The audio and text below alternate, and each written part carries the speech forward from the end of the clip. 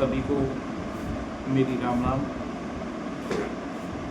मैं अपने मुख्य बिंदु पर तुरंत आ जाता हूँ, क्योंकि लोग बाग कहते हैं कि महाराज आप जो वीडियो अपलोड करते हैं वो थोड़ा लंबा होता है, लेकिन मैं क्या करूँ, मेरी जो भावनाएं हैं वो मैं कितना भी शब्द कम कर लूँ, लेकिन चंद शब्दों में मैं उसका पूरा व्याख्यान नहीं दे पाऊँगा। और जिस पर वक्त नहीं है ना, तो मेरे जो भाव है ना उसको बिल्कुल ना देखें।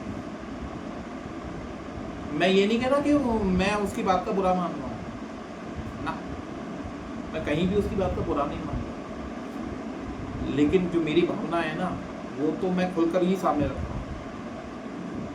वो किस लिए? क्योंकि अर्ध सत्य बहुत खराब होता है। देखो, मैं अपनी मूलभूत बात पर तुरंत आ जाता हूँ।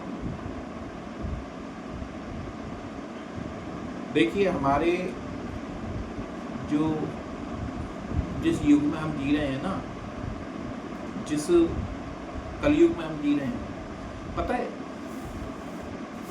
आज मैं ऐसा कुछ कहना चाह रहा हूँ कि शायद हो सकता है कि आज कईयों की भावना आहत होगी, पक्की लिख लो। क्यों? क्योंकि कोई कितना भी अपना हो ना, कोई कितना भी अपना हो, पहले वो अपना ही सोचते हैं। अब वो बताता हूँ आपको कैसे। देखिए, हमारे समाज में 4 वर्ण हैं: ब्राह्मण, क्षत्रिय, वैश्य और शूद्र। ठीक है, आप भी जानते हैं, मैं भी जानता हूँ, सब जानते हैं। ठीक है, अब आप मुझे बस एक बात बता दीजिए, और मैं बहुत छोटे शब्दों में इन बातों को कहूँगा कि जिन भीमराव अंबेडकर जी की हम बातें करते हैं, उनसे श्रेष्ठ ज्ञानी ना इस दुनिया में बना, ना प्राप्त हुआ, ना बनेगा। वो मैं किस लिए कह रहा हूँ? ये नहीं कि मैं अपनी राजनीतिक कोई रोटी सेक रहा हूँ। अब आप इस बात को इस तरीके से समझिए, मैं क्या कहना चाह रहा हूँ। देखिए, कोई भी सरकार, किसी भी दल की सरकार इस कार्य को नहीं करेगी, इसके लिए हमें ही अग्रणी होना पड़ेगा। देखो, आप किसी भी दल से मेरा नेतृत्व मत जोड़ दीजिएगा इस चीज में ना, मैं किसी भी दल से परे हूं। वो क्यों हूं उसका कारण मैं आपको बताऊंगा नहीं, बस मैं इन दलों से परे हूं। क्योंकि साधु संत महात्मा कोई भी नहीं है। कहते हैं ये कि नेतागिरी में हम देश सेवा करेंगे, हम अपनी जान दे देंगे, हम ये करेंगे, हम वो करेंगे, लेकिन एक सच बताओ, सुन पाओगे? क्या सच में आप देश सेवा कर रहे हो? कर रहे हो? आप सिर्फ अपनी जेबें भर रहे हो। मैंने कहा था ना शुरू में, मेरे वर्ड आपको आज की जो वीडियो है वो बहुत कड़वे लगे थे। अच्छा चलो, मुझे एक चीज़ बताओ, किसी राजनीतिक व्यक्ति को जब वो राजनीति में उतरता है ना, मुझे हंसी आ रही है, आपको लग रहा होगा कि पंडित जी हंस क्यों रहे हैं। मुझे हंसी इस बात पे आती है कि जब कोई नेता जब छोटे स्वरूप से राजनीति में उतरता है, तो पता है उसके पास में इतना धन नहीं होता कि वो चुनाव लड़ सकता। पक्का है ना? लेकिन मुझे एक चीज़ समझ में नहीं आई आज तक कि जब वो चुनाव लड़ता है और चुनाव जीतता है और आगे बढ़ता चला जाता है, आगे बढ़ता चला जाता है, तो मुझे चीज़ समझ में नहीं आई आज तक नहीं आई हकीकत, कि जब उसकी संपत्ति का ब्यौरा मांगा जाता है ना, तो पता है क्या होता है कि मेरे पास इतने लाख की संपत्ति है, टूटा फूटा मकान है, और जो भी वो विवरण देते हैं, कोई गाड़ी नहीं है और ये और वो, मतलब जो भी वो बोलते हैं, ठीक है भाई, ये नैतिक प्रतिक्रियाएं पूरी तो करनी पड़ेंगी। लेकिन मेरे को ये समझ में नहीं है आज तक या वो 15 साल या 20 साल अपनी राजनीतिक करियर में ऐसा क्या करता है, ये ऐसा कौन सा अलादीन का चिराग उसके हाथ में लग जाता है कि आप ये देख इस समझने की चेष्टा कीजिए, ये देश सेवा है कि अपनी सेवा है। उसके पास में 15 साल बाद या 10 साल बाद या 5 साल बाद उसके पास इतनी संपत्ति होती है कि उसको दोबारा कमाने की जरूरत नहीं है। भाइयों, मेरे को एक बात बताओ, वो आई तो कहां से आई, उसने अर्जित कहां से की? हमारे माननीय मोदी जी से मेरी एक विनम्र प्रार्थना है कि आप हर दल के प्रति यही भावना रखते हैं कि मुझे मालूम है आप सही हैं, बिल्कुल सही हैं, श्रेष्ठ है, आपसे श्रेष्ठ कोई नहीं है, परंतु मुझे बस एक बात बता दीजिए, आपने ईडी की रेडें पढ़वाई, आपने सब कुछ करवाया, क्या आप ये मानते हैं कि जो आपके नेता हैं वो सही हैं? मानते हैं आप इस बात को? आप भी जानते हैं, कहते हैं जानने और मानने में फर्क होता है। अरे इतनी संपत्ति जो आपने अर्जित की, वो कहाँ से अर्जित की? किसी राजनीतिक दल से मेरा कोई महत्व नहीं है, और ना ही मेरी बात को किसी दल से जोड़ा जाए, और ना ही मैं किसी दल के प्रति अपनी प्रतिक्रिया रख रहा हूँ। मैं तो सिर्फ अपनी मन की बात रख रहा हूँ।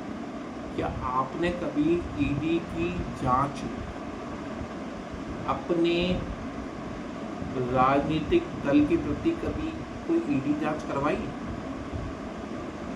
नहीं करवाई। वो कैसे सकती है? सत्ता में है आप लोग, है ना?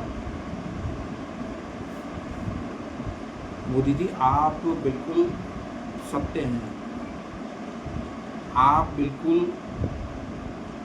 सत्यभावी हैं, लेकिन मेरी आपसे एक विनम्र प्रार्थना है कि जो नीचे का सिस्टम है ना, जो नीचे के आपके लोग हैं, एक बार ईडी उनके पास भेज कर देखो, ये लोग क्या कर रहे हैं, इतनी संपत्ति कहाँ से अर्जित हुई, इतनी संपत्ति कहाँ से पैदा हुई। करप्शन का कोई एक तरीका नहीं होता, करप्शन के बहुत तरीके होते हैं। सही जांच कीजिए, करवाइए। आपको सब पता है, मेरी कहने की आवश्यकता नहीं है। सच देखिए, मैं जो अपनी भावना थी वो तो मैंने आपके सामने रख दी, और हो सकता है कि इस बात का जो तंतु है ना, तंतु वो बहुत गलत निकाल लिया जाए। आपको लग रहा होगा कि मैं कांग्रेस पार्टी की तरफ बोल रहा हूँ या किसी और अन्य दल की प्रति बोल रहा हूँ। ऐसा कुछ भी नहीं है। बस मुझे तो एक बात जाननी है, आपको थोड़ा बुरा लग रहा होगा, मैं हंस रहा हूँ कि भाई ऐसा कौन सा अलादीन का चिराग होता है नेतागिरी में जो और संपत्ति पैदा हो जाती है, उनकी कोई जांच ही नहीं होती, और जांच होती है तो वो लीपापोती हुई और खत्म हुई। आपने देश की सेवा कहाँ की? मतलब आपसे, मतलब मोदी जी, मेरा आपसे मतलब नहीं है, मतलब उन नेताओं से मतलब है कि वो देश सेवा जो आपने कस्में खाई थी वो कहाँ चली गई? मेरे को तो लगा नहीं वो देश सेवा हुई कि स्वयं की सेवा हुई। बस मैं अपनी बात को इतने सी बातों में विराम दूंगा और फिर से मैं एक प्रार्थना करूंगा कि मेरी बात अगर किसी को आहत कर रही हो, मेरे शब्द किसी को आहत कर रहे हो, तो मैं आपसे फिर से विनम्र और साधु भाव से क्षमा प्रार्थी हूँ। मुझे क्षमा करना। देखो, मन की बात है, सबको ये अधिकार है कि मन की बात वो कर सकता है, और मैंने भी अपनी मन की बात की है और आगे भी मैं ऐसे ही अपनी बातें करता रहूँगा। अब मैं सिर्फ इतनी सी बात कहना चाहूँगा कि आटे में नमक तो दुनिया खाती है, ठीक है। अगर नमक ही नमक खाओगे ना तो प्रभु जी नहीं चल पाएगा, वो कोई भी राजनीतिक पार्टी हो। अच्छा, मैंने थोड़ा सा सर्वे किया, तो इसलिए नहीं कि मेरे को राजनीति में उतरना है कि सही क्या है और गलत क्या है। मुझे एक चीज प्राप्त हुई कि सही कुछ भी नहीं है, सही कुछ भी नहीं है। अगर आप विकल्प ढूंढोगे ना तो भी सामने वही खड़े हैं, चूकेंगे वो भी नहीं, तो देश गर्त में जाएगा ही जाएगा। और बहुत सारी कड़वी सच्चाइयाँ हैं जिसे मैं आपके अवगत कराऊंगा। अगर आपको मेरा ये वीडियो शब्द पसंद आ रहे हों, आपकी दिल की भावनाएं आहत हो रही हों और आपको ऐसा लगता है कि ये जो बंदा बोल रहा है वो कहीं तक, कुछ हद तक नहीं, बहुत हद तक ये सत्य बोल रहा है और अपनी मन की भावनाएं रख रहा है और इसमें बहुत कटु सत्य है, और अगर हम इस तंत्र को सुधार सकते हैं, वैसे तो मुझे लगता है सुधरेगा तो नहीं, और ये पक्का है नहीं सुधरेगा। मैं बोल लूँ कितना ही बोल लूँ, नहीं सुधरेगा। बस मेरी एक ही भावना है कि शायद ये सुधर जाए, ये तंत्र सुधर जाए। ये जो हमने जिनको उपाधियां दी है ना, जनता ने जिसको श्रेष्ठ पद तक पहुंचाया है, उसकी गरिमा रखें और उस गरिमा की लाज रखें। अपने मन को एक साधु भाव बनाएं। ये देश की जनता है, ये आप लोगों के ऊपर है। आप सही करेंगे तो भी सहन करेगी, गलत करेंगे तो भी सहन करेगी। ये गिराती भी यही है, उठाती भी यही है। आज मैं अपने शब्दों को बस यहीं विराम दूंगा।